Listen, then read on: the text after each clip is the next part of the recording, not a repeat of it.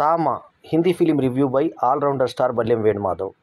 Cinema నిడివి 2 గంటల 30 నిమిషాలు. కామెడీ, హారర్, రొమాంటిక్ సినిమా. యూఏ 16+ సర్టిఫికేట్ వచ్చిన ఈ సినిమా విడుదల తేదీ 21 అక్టోబర్ 2025న దీపావళి కానుకగా ఈ సినిమా విడుదల కావడం జరిగింది. Dinesh Vijan's Maddock horror comedy universe needed a love story, unfortunately it's a bloody one. So Ayushmann Khurrana ఈ సినిమాలో హీరోగా యాక్ట్ చేయగా, రష్మిక మందోనా మన తెలుగు నటి, మరి ఎన్నో తెలుగు సూపర్ హిట్స్లలో నటించి స్టార్ హీరోయిన్ అనిపించుకొని అక్కడ ఉత్తరాదినకు పోయి కూడా శ్రీదేవి తర్వాత మళ్ళీ సక్సెస్ఫుల్ హీరోయిన్, శ్రీదేవి జయప్రదల తర్వాత మళ్ళీ సక్సెస్ఫుల్ హీరోయిన్ సౌత్ నుంచి వచ్చింది అనిపించుకున్నటువంటి లక్కీ గర్ల్ ఒక సికందర్ తప్ప తను నటించిన సినిమాలన్నీ చావా, ఆ తర్వాత యానిమల్, తర్వాత ఇంకొక సినిమా, మొత్తం 3 సినిమాలు సూపర్ డూపర్ హిట్లు కొట్టింది ఆమె. సో ఇప్పుడు మళ్ళీ ఈ సినిమాతో వచ్చింది బయటికి. పరేష్ రవాల్ తండ్రి పాత్రను పోషించిన ఈ సినిమాలో తామాగా టైటిల్ పాత్రని నవాజుద్దీన్ సిద్దికి, తర్వాత వచ్చే తామా హీరో ఆయుష్మాన్ ఖురానా అయినా కూడా ముందయ్యేది నవాజుద్దీన్ సిద్దికే కాబట్టి అతను పర్ఫార్మెన్స్కి, అతను లాంటి మేటి నటుడికి దొరికినటువంటి మంచి పాత్రకి పూర్తి న్యాయం చేశాడు ఆయన. తర్వాత ఫైజల్ మాలిక్ ఇంకొక ఇంపార్టెంట్ క్యారెక్టర్లో రాణించినటువంటి సినిమాకి ఆదిత్య సర్పోట్దార్ డైరెక్టర్ కాగా, దినేష్ జైను తర్వాత అమర్ కౌశిక్లు నిర్మాతలు కాగా, ఇక నిరేన్ భట్ తర్వాత సురేష్ మాథ్యూ తర్వాత Arun Fulara writers, Sachin Jigar background score, పాటలు చేసినటువంటి సినిమాలో అందించిన పాటలు రచయిత ఎవరంటే అమితాబ్ భట్టాచార్య. ఈ సినిమాలో ఇంకొక ప్రత్యేకత ఏంటంటే 3 ఐటమ్ సాంగ్లే, 3 గ్రూప్ సాంగ్లే. హిందీ సినిమాలో ఎప్పుడు టైటిల్ సాంగ్స్ లాస్ట్ ఎండ్ టైటిల్స్లో ఒక సాంగ్ ఉంటుంది కాబట్టి ఆ సాంగ్ కూడా గ్రూపు వ్యాంప్ సాంగే. తర్వాత మలైకా అరోరా లాంటి నటిని పెట్టి మళ్ళీ ఇక్కడ వ్యాంప్ సాంగ్ ఒకటి క్లబ్లో పెట్టారు, ఇంకొకటి వ్యాంపర్స్ మీటింగ్లో పెట్టారు, ఇంకోటి లాస్ట్ దగ్గర పెట్టారు. ఇక్కడ కొత్తగా దయ్యానికి ఆత్మకి మధ్యలో బేతాలు అని చెప్పి ఒక పదం పెట్టారు.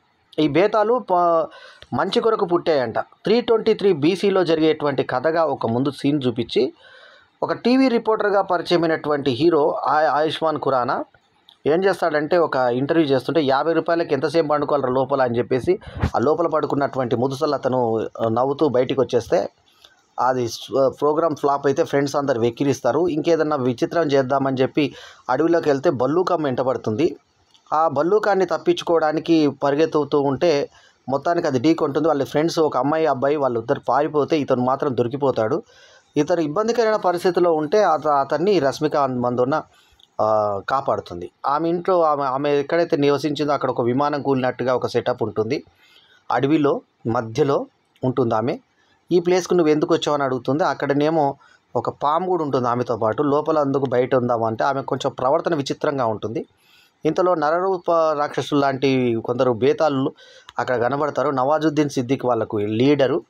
సో ఈ నేపథ్యంలో నవాజుద్దీన్ సిద్దికి ఒక శాపం ఉంటుంది. అతనికి రోజుకొక బలి ఇవ్వాలి. ఆ బలికి ఈసారి నరమాంసం కావాలనుకున్న టైంలో ఇతను దొరుకుతాడు. ఇతను విడిపించుకొని బయటికి పరిగెత్తి తీసుకున్న తర్వాత ఇంటర్వెల్, ఆ తర్వాత వీళ్ళిద్దరి మధ్య ఒక ప్రేమ ఏర్పడుతుంది. ఆ ప్రేమ ఏర్పడ్డ తర్వాత అమ్మాయిని తీసుకొని వీళ్ళ ఇంటికి వస్తాడు. ఇంటికి వచ్చిన తర్వాత పరేష్ రవాల్ ఈమెని ఏదో టీవీలో చూసి ఏదో దయ్యం టైపు వ్యక్తి అనుకుంటాడు. అంటే ఈ లవ్ జిహాద్ లాంటి వ్యక్తి అనుకుంటాడు. కాదని తర్వాత తెలుస్తుంది. ఆమె చెట్టు మీద దుంకడం చూస్తాడు. కాకపోతే ఈ సినిమా మొత్తం ఆల్మోస్ట్ సినిమా అంతా కేవలం ప్రాతో ఈ అమ్మాయి అందాలని చూపించింది రష్మిక మందోన.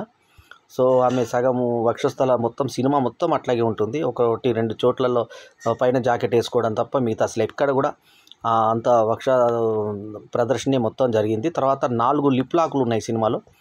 మరి ఇంకేం కావాలి విజయ్ దేవరకొండతో మ్యారేజ్ ఫిక్స్ అయిన సందర్భంగా మరి ఈ సినిమాలో లిప్ లాక్లు కొంచెం సంచలనమే అని చెప్పాలి. సరే మొత్తానికి ఆమె వరకు ఇంట్రెస్ట్ తోటి చేసిందని అనుకుందాం. సో అట్లా లిప్ లాక్లు అయితే 4 లిప్ లాక్లు ఉన్నాయి. ఎక్కడ టెన్షన్ ఉంటుందో అక్కడ లిప్ లాక్లు వస్తాయి ఈ సినిమాలో.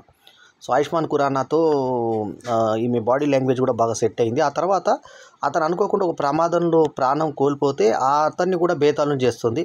వీళ్ళది ఒక సైగ ఉంటుంది. ఆ సైగని మనం గమనిస్తే రీసెంట్గా మనకు వచ్చినటువంటి మలయాళం సినిమా చంద్ర చాప్టర్ 1 ఆ సినిమాలో ఏ రకంగా అయితే అక్కడ ఒక వీళ్ళను పోలీస్ అధికారి కూడా ఈ వీళ్ళ బేతాళ టైపు మనిషి ఉంటాడో అదే టైపు కోరల్ కూడా సేమ్ అదే సినిమాని అనుకరించినట్టుగా మనకు అనిపిస్తుంది. ఇందులో కూడా హా హూ అని వాళ్ళ ఒక సైగ లాగంటూ ఉంటే తర్వాత ఇతను కూడా మారిపోయిన తర్వాత సైగ తీసుకోవడం బాగుంది. కాకపోతే పరేష్ రావల్ లాంటి సీనియర్ నటుడు ఉండడం వల్ల ఇంకా బాగా తీసుకున్నారు. అయితే బేడియాలో ఉన్నటువంటి హీరోని ఇందులో స్పెషల్ అపీరియన్స్గా పెట్టుకొని అతనికి స్పెషల్ థ్యాంక్స్ చెప్పడం బాగుంది. అతన్ని వెనక నుంచి పూర్తి నగ్నంగా చూపించిన దానికి కొంచెం అడ్డు చిన్న చేయి పెట్టుకున్న మాత్రం మనకు షాహిద్ కపూర్ది మనకి సినిమాలో చూపిస్తారు. సో ఓవరాల్గా ఏంటంటే అది అప్పుడెప్పుడో దినేష్ విజయన్ సినిమానే కాబట్టి బేడి అని ఈ సినిమాలో తీసుకున్నాం జరిగింది. అప్పుడు అమర్ కౌశిక్ డైరెక్టర్ ఆ సినిమాకి.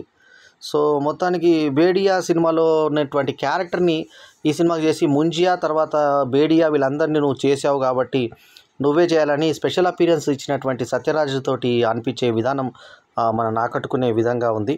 అట్లాగే అభిషేక్ బెనర్జీకి కూడా థ్యాంక్స్ చెప్పడం జరిగింది అందులో స్టార్టింగ్లో. సో మొత్తానికి ఇది అప్పుడెప్పుడో వచ్చినటువంటి ఈ సినిమా క్యారెక్టర్ని ఇందులో ఎక్స్టెండ్ చేసుకొని తీసుకునేటువంటి విధానము వరుణ్ ధావన్కి థ్యాంక్స్ చెప్పారు. వరుణ్ ధావన్ ఆ సినిమాలో హీరో. సో వరుణ్ ధావన్కి థ్యాంక్స్ చెప్పారు. సో మొత్తానికి మంచి స్టార్ క్యాస్ట్తో వచ్చినటువంటి ఈ సినిమా అటు ఎటువంటి ప్రేక్షకులు మెప్పిస్తుంది అంటే హారర్ కామెడీ ఇష్టపడే ప్రేక్షకుల్ని మెప్పిస్తుంది. అట్లాగే రష్మిక అందాలు మనం మెప్పిస్తే లిప్ లాక్ మెప్పిస్తుంది. ఇవి మినహాయించి సినిమాలో ఇంకా స్పెషల్ అట్రాక్షన్ అంటూ ఏమీ లేదు. 323 BC కథకి అక్కడ స్వాతంత్ర సమరయోధుల రక్తాన్ని పీల్చిన మేము దేశం కోసం చేస్తున్నామని ఎన్నో ఏళ్ల కింద బతికిన ఆమెల కింద సేమ్ మనకి మొన్నొచ్చినటువంటి చంద్ర సినిమా లాగానే మలయాళం చంద్ర సినిమా లాగానే మనకు అనిపిస్తుంది. ఏమాత్రం తేడా మనకు కనిపించదు. సో అది దుల్కర్ సల్మాన్ తీసినటువంటి సినిమా. సో దాని పోలికలు ఈ సినిమాలో కనబడతాయి. సో తామా అనేది క్యారెక్టరు నవాజుద్దీన్ సిద్దికి, అతను శాపగ్రస్తుడు అవుతాడు. సో అతనికి 100 సంవత్సరాలు శిక్ష పడుతుంది. ఆ శిక్ష నుంచి ఎవరైతే తప్పు చేస్తారో వాళ్ళకి ఆ శిక్షని మళ్ళీ రష్మిక మండనకి ఇచ్చి మంత్రోచ్చరణ తర్వాత మళ్ళీ ఆ శిక్షను మళ్ళీ తిరిగి నవాజుద్దీన్ సిద్దికి వేయడం క్లైమాక్స్. ఈ సినిమాకి నేను ఇస్తున్నటువంటి రేటింగ్ 3.75/5.